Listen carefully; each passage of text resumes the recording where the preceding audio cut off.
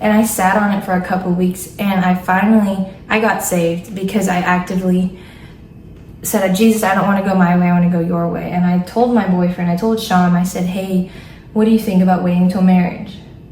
What was your response?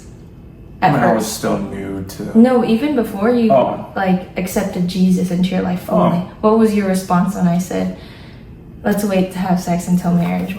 At first, my first initial reaction was kind of like, what? I was like, what?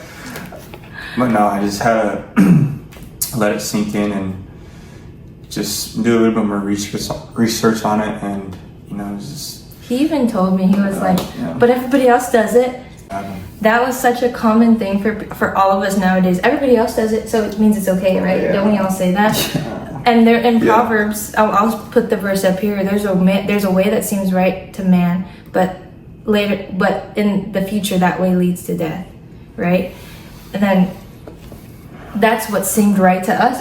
Not all our friends. Most of our friends were having sex before marriage, and we were like, "Oh yeah, this is great. This is normal." But truthfully, y'all, it goes against the Word of God. And I'm gonna kind of read so nobody thinks I'm just making things up.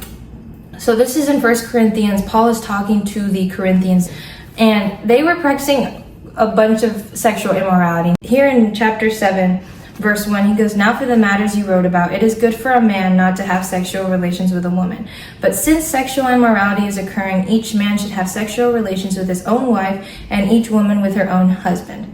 So there it doesn't say girlfriend, doesn't say boyfriend. And it also in 1 Corinthians verse 9, but if they cannot, so it says, now to the unmarried and the widows I say, it is good for them to stay unmarried as I do. But if they cannot control themselves, they should marry, for it is better to marry than to burn with passion. So better to marry than to burn with sexual lust, right? And you're not married. With those verses, it's telling you about how sex before marriage should not be a thing, and it is reserved for marriage. I'm going to read one more verse here. That kind of really key. Oh, here. Yeah, Hebrews 13:4. It says, marriage should be honored by all, and the marriage bed kept pure, for God will judge the adulterer and all the sexually immoral. And it never talks about, they were courting and they were having sex at the same time.